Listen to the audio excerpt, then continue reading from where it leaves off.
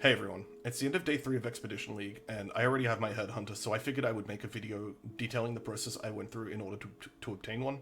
I have a spreadsheet that's going to be in the description of this video that shows every single transaction I made on my journey to getting this, and you can go through that at your own pace, although we will go through it during this video. I will do a larger video later in the week as my sort of end of week post-mortem for the league, talking about how I felt about the league mechanic, all the prep work that went into it, all that sort of thing. But I guess the gist of it is that I took a very unconventional approach to obtaining my Headhunter this league due to the fact that I kind of predicted ahead of time how a lot of people were going to be approaching their own currency making strategies, and that was going to be that a lot of people were going to hit maps and realize that the build they had prepared to do maps couldn't clear the content as they were intending. I think a lot of people were underestimating how severe the flask and the damage nerfs were, and so a lot of people are going to be caught up with reaffirming to themselves that they could still play the game at the end of the day. And that was going to keep everyone out of Heist. Heist is something I've talked about at great lengths before, and I wasn't preparing to farm Heist heavily this league, but I realized there was kind of a perfect opportunity to, because a lot of people were going to be selling their rogue markers, their blueprints, their contracts, because they desperately needed upgrades in order to do high tier red maps and bosses. And I also knew that a lot of people were going to try and focus on things like invitation farming, because with less people able to access that stuff now, it's going to be even more profitable. This kind of created the perfect situation for me, and I made an insane amount of money in the last 2 days doing Heist. Basically, the great thing about Heist is that you don't need to have really insane gear. Even with the nerfs and a completely unoptimized set of gear, I don't have a helm enchant, for example. I have an absolute garbage amulet. I have a worm sign equipped, for God's sakes. 5-link soul mantle, all that sort of stuff, and my tree is not optimized. I'm missing a couple of jewels. I don't have a rain of splinters, that sort of thing. I don't have cluster jewels. Basically, I'm still able to do level 83 grand heists anyway, and I'm not sure exactly what causes this, but Heist is significantly less dangerous than normal maps, and the reward structure in Heist doesn't really revolve around you applying mods to your heists, so you can run them completely scoured, which adds an extra level of safety on top because you're pretty much never being affected by ailments and savage hits and stuff like that. So basically, I decided I was going to just focus exclusively on Grand Heist for a few days. I obtained my rogue markers by basically just buying them in bulk once I had a bit of money to invest. I bulk bought Gianna deception contracts after I had unlocked all my Heist. Now, for those who aren't familiar, I have a guide on Grand Heist, so you can look at that guide. It goes into greater detail as to how to unlock all the Heist-related stuff, basically. I had to do 6 contracts to unlock all my rogues, and then at that point, I could pretty much just spam blueprints without having to care about the levels of my rogues, because of the way low-level blueprints work, that they don't have high requirements, but they give a lot of experience. And so I just got stuck into the blueprints. Day 2, I focused pretty much exclusively on replica blueprints, and the reason for that is that replicas fetch quite a lot of money early on in the league when there aren't many others available. And the replicas have quite a few jackpots that could easily sell for, upwards of 5x. My large items, my big ticket items that I obtained on day 2 of the league were a replica Pharaoh's Fur, a Crest of Desire, and then I just happened to get lucky and got a Brother's Stash, and that really helped out. But by the end of day 2, the amount of money I could obtain from farming replica uniques was significantly diminishing. I was starting to crash the market for many of the more common replica uniques, and I would have 4 or 5, sometimes of a couple of them.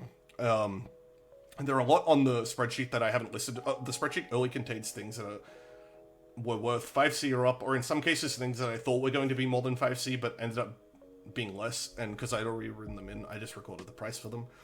But basically, at that point, I started focusing on unusual gems. The thing with unusual gems is that most of these don't sell. All quality gems are a luxury in most cases, and most people aren't willing to pay large amounts of money for a luxury this early in a league. Most of the people that bought these were people playing in 6-man parties who really needed the power right away and had the money for it. But the nature of these gems is that you only need to sell a small portion of them to make back all your money and then a huge profit beyond that. And that's pretty much what happened here. We made 5 doctors in the first day, and then I made another 3 today. through the gems, although I have a huge stockpile of gems that are waiting to be sold still. So I'll just go through the spreadsheet and we can just look at that. So we'll just quickly go through this list. I got a replica ferals, as I mentioned. I got 5 replica conquerors efficiencies, which is kind of really lucky. Got a brother's stash, a crest of desire. Got 2 replica abysses, which was really nice. I got a lionized 4. I got 260 stacked decks. Got a replica at series foible, a replica Hero's Truth. Now the asylum and the void battery listed here were items I just found in maps within, I think, around 20 minutes of each other. Well, I was just waiting for sort of live searches and stuff to go off. I found a Fortress Covenant, a Tavukai, replica Calm's Heart. Found 2 Phantasmal Frostbolts. I found an anomalous Spell Echo, Divergent Purity of Ice, Phantasmal Shattering Steel. I found a really insane jewel that it had 30 crit multi, and it was crit multi with lightning and elemental skills, but then it had cold penetration, reduced mana reservation.